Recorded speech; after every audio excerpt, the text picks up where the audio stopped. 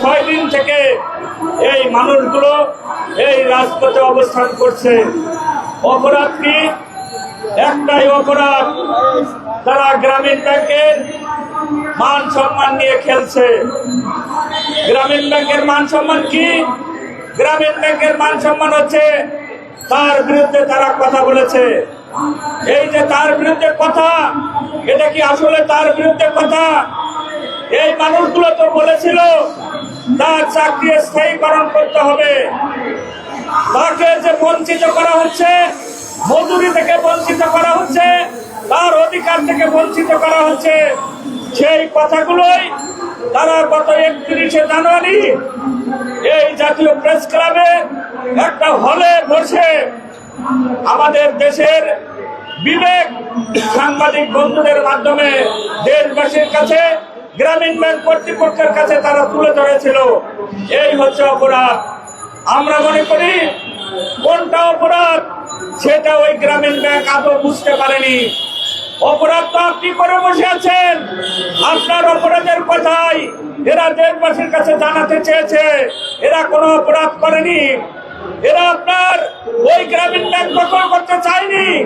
এরা আপনার পদ পদবি দখল করতে চায়নি। এরা নিজ নিজ জায়গা থেকে নিজের অধিকার ছিনিয়ে নিতে চেয়েছে। এটাই হচ্ছে তার অপরাধ। সংগ্রামী বন্ধুগণ, শ্রম আইন বলে যে কোনো মানুষ তার প্রতিষ্ঠানে যদি কোনো প্রকার অধিকার থেকে বঞ্চিত হয় সে দেশবাসীকে জানাতে পারবে। সংবিধান এটাই বলে, শ্রম আইন এটাই বলে, যে কোনো মানুষের ন্যায্যতার দাবি সে রাষ্ট্রের কাছে চাইতে পারে। এটা কোনো অপরাধ নয়। এই যে গ্রামীণ ব্যাংক দীর্ঘদিন থেকে আমাদেরকে বঞ্চিত করে রেখেছে, আমরা এই বঞ্চিতের প্রতিবাদ দেখেছি। আমরা আমাদের সংগঠন বাংলাদেশ শ্রমিক কর্মচারী ফেডারেশনের পক্ষ থেকে ধিক্কার জানিয়েছি। সেই 18 সালে ফ্যাসিস্ট হাসিনা সরকার আমাদেরকে যেভাবে অধিকার থেকে বঞ্চিত করেছে, আজকে আমরা বুক ভরা আশা দিয়ে এই যে অন্তর্বর্তীকালীন যে সরকার আছেন সেই সরকারের ক্ষমতায় আসীন হওয়ার পরে গ্রামীণ ব্যাংক চতুর্থ শ্রেণীরা আজকে তারা আশা করেছিল তাদের চাকরি স্থায়ীকরণ হবে। কিন্তু দুঃখের বিষয়, এই মানুষের কথা কেউ শুনছে না। আমার কাছে একটু আগে একটা কল এসেছিল সচিবালয় থেকে। তারা বলেছে আপনারা যে আন্দোলনটা করছেন সেই আন্দোলনটা যৌক্তিক। তারা এই দাবি বাস্তবায়নের জন্য আমাদের দেশে যে কলকারখানা অধিদপ্তর আছে সেই কলকারখানা অধিদপ্তরকে দায়িত্ব দিয়েছে।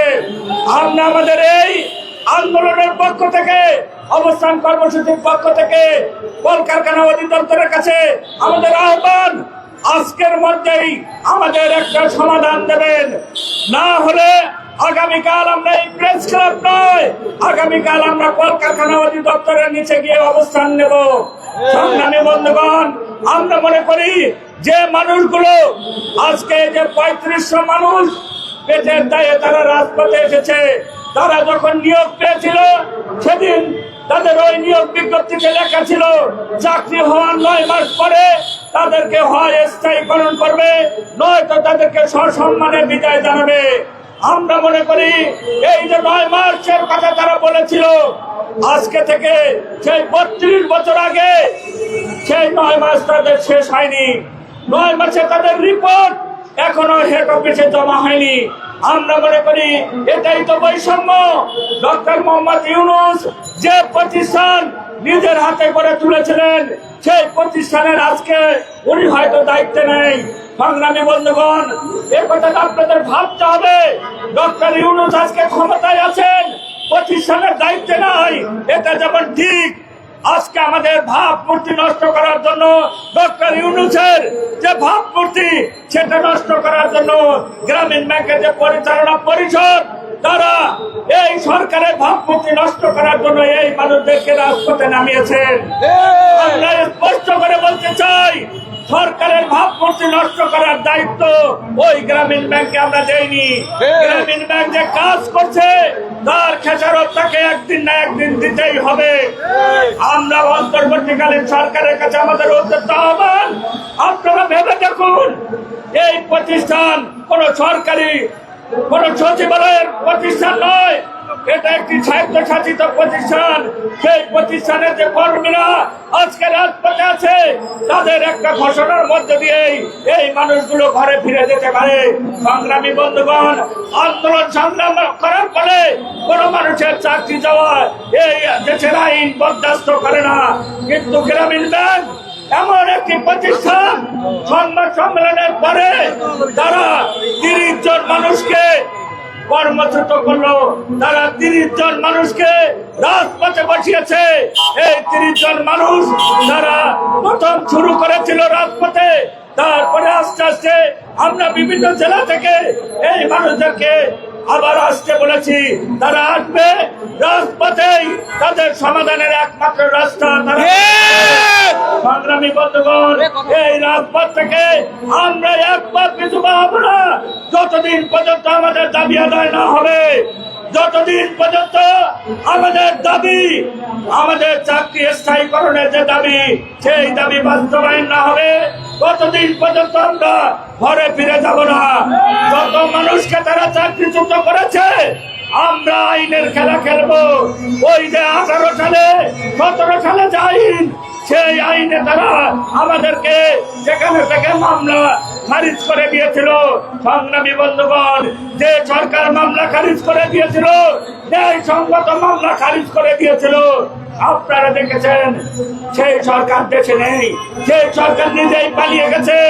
ফলে সেই যে মামলা খারিজ, সেই খারিজ আমরা মানি না। আমরা আবারও আইনি লড়াই লড়বো। আমরা এই মানুষদের প্রাণের দাবি নিয়ে আবারও আইনের দ্বারস্থ হব।